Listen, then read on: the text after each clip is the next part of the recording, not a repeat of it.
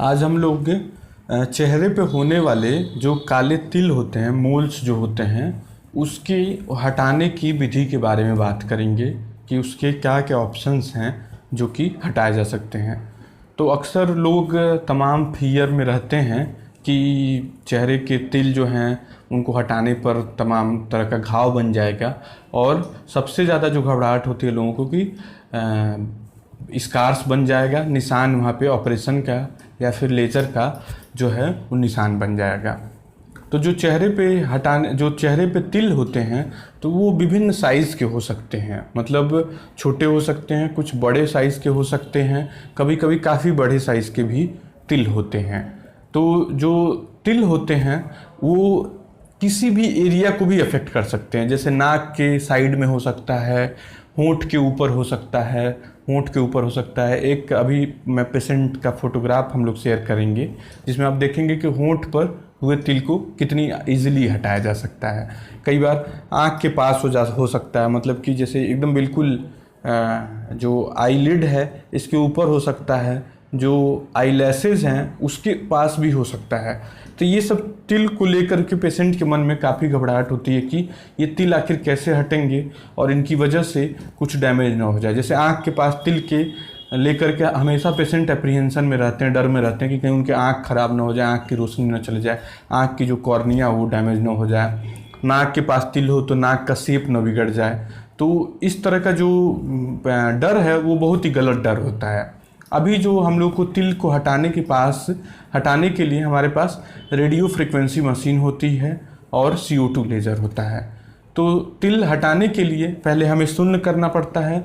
तो शून्य करने के लिए अभी हमारे पास शून्य की क्रीम होती हैं, एमला क्रीम आती हैं, एमला मिक्सचर आते हैं, कुछ क्रीम होती हैं जिनको लगा करके टेप यदि लगा दिया जाए उसके ऊपर से और उसको 1.5 से 2 घंटे छोड़ दिया जाए तो वो स्किन एनेस्थेटाइज हो जाती है।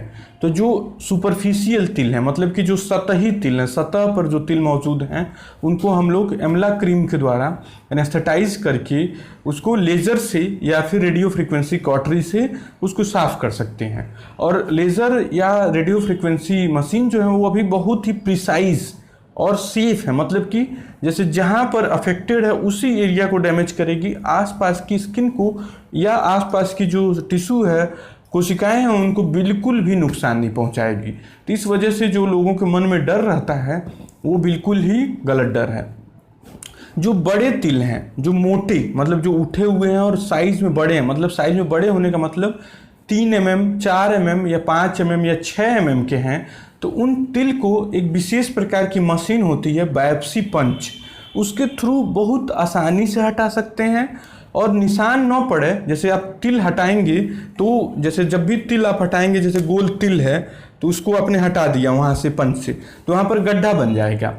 तो वो गड्ढा यदि आपस में उनको चिपकाया न जाए तो वहाँ पर निशान पड़ सकता है। तो उसको चिपकाने के लिए एक साधारण सा बहुत ही सूक्ष्म टाँका आता है, तो वो टाँका लगा दिया जाता है, मशीन से निकाल दिया पंच से, उसको निकालने के बाद वो उसको 1 या 2 बहुत ही सिंपल स्टिच लगा दिए, बहुत ही पतले। तो उससे क्या होता है कि बिल्कुल निशान पड़ने का कोई भी डर नहीं रह जाता, कोई भी कारण नहीं रह जाता। फिर इन स्टिच को 1 हफ्ते में या 5 दिनों में कट कर दिया जाता है और इस जो बड़े तिल हैं, बड़े जो मस्से हैं, जो 5 mm 6 mm के, उनमें भी किसी भी प्रकार का कोई भी निशान नहीं रह जाता है। मतलब कि निशान जो है यदि आप 3 महीने या 6 महीने के बाद एनालिसिस करें तो बिल्कुल स्पॉटलेस सर्जरी होती हैं, बिल्कुल ही अच्छा रिजल्ट आता है। कुछ जो तिल होते हैं जो कि और भी बड़े होते हैं, मतलब 1 सेंटीमीटर की या 2 सेंटीमीटर की, तो इन तिल या मस्सों को हटाने के लिए हमें एक्सीजन सर्जरी करनी पड़ती है। तो उसमें क्या होता है कि पर्टिकुलर प्लेन में सर्जिकल ब्लेड के द्वारा उसमें हमें इंजेक्शन वाली एनेस्थीसिया देनी पड़ती है। इंजेक्शन तिल के जड़ में लग जाती है तो वो जो तिल होता है वो पूरी तरह शून्य हो जाता है, मतलब 10 सेकेंड या 20 सेकेंड का ही जो पेन होता है, बहुत मामूली सा दर्द होता है। जब इंजेक्शन लगाया जाता है उसी समय दर्द होता है, उसके बाद कोई भी दर्द नहीं रह जाता है और फिर उस तिल को काट करके निकाल दिया जाता है। जितना बड़ा तिल होगा उतने ही ज़्यादा स्टिचेस लगते हैं, और अब स्टिचेस जो हैं बहुत ही फाइन स्टिचेस होते हैं, तो इसकी वजह से बिल्कुल ही कम या जीरो के बराबर स्पॉट आता है। जो बड़े तिल हैं उस पर लीनियर एक पतली सी लाइन आती है, अल्टीमेटली एक बहुत ही थिन लाइन आती है, जो कि वो भी थिन लाइन समय के साथ काफ़ी कम हो जाती है। उस पर निशान न पड़े तो बाद में पेशेंट को स्टेरी स्ट्रिप्स, एक विशेष प्रकार के टेप आते हैं, वो भी थोड़े दिन तक चिपकाने के लिए बोल दिया जाता है, जिससे कि किसी तरह का निशान न पड़े या कम से कम बहुत ही माइन्यूट निशान पड़े।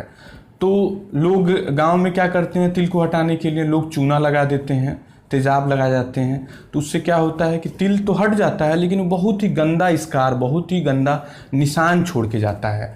और फिर उसको करेक्ट करने के लिए जो पुराने तिल थी उससे ज़्यादा बड़े साइज़ की हमें सर्जरी करनी पड़ती है, करेक्टिव सर्जरी करनी पड़ती है। तो वो कॉम्प्लेक्स है। सिंपल सर्जरी करके उसे हटा देना बहुत ही इजी और बहुत ही कंफर्टेबल प्रोसेस है। तो ऐसे कर लेंगे, ऐसे सर्जरी कर दिया जाए, या तो लेज़र से या फिर रेडियो फ्रिक्वेंसी कॉटरी से। बड़े निशान हो तो पंच बायोप्सी से, और बड़ा निशान हो तो उसको सिंपल एक्सीजन सर्जरी से। तो ऐसे तिल की सर्जरी बिना किसी साइड इफ़ेक्ट के, बिना किसी अगल बगल के टिश्यू के ऊपर असर के आसानी से की जा सकती है। Thank you.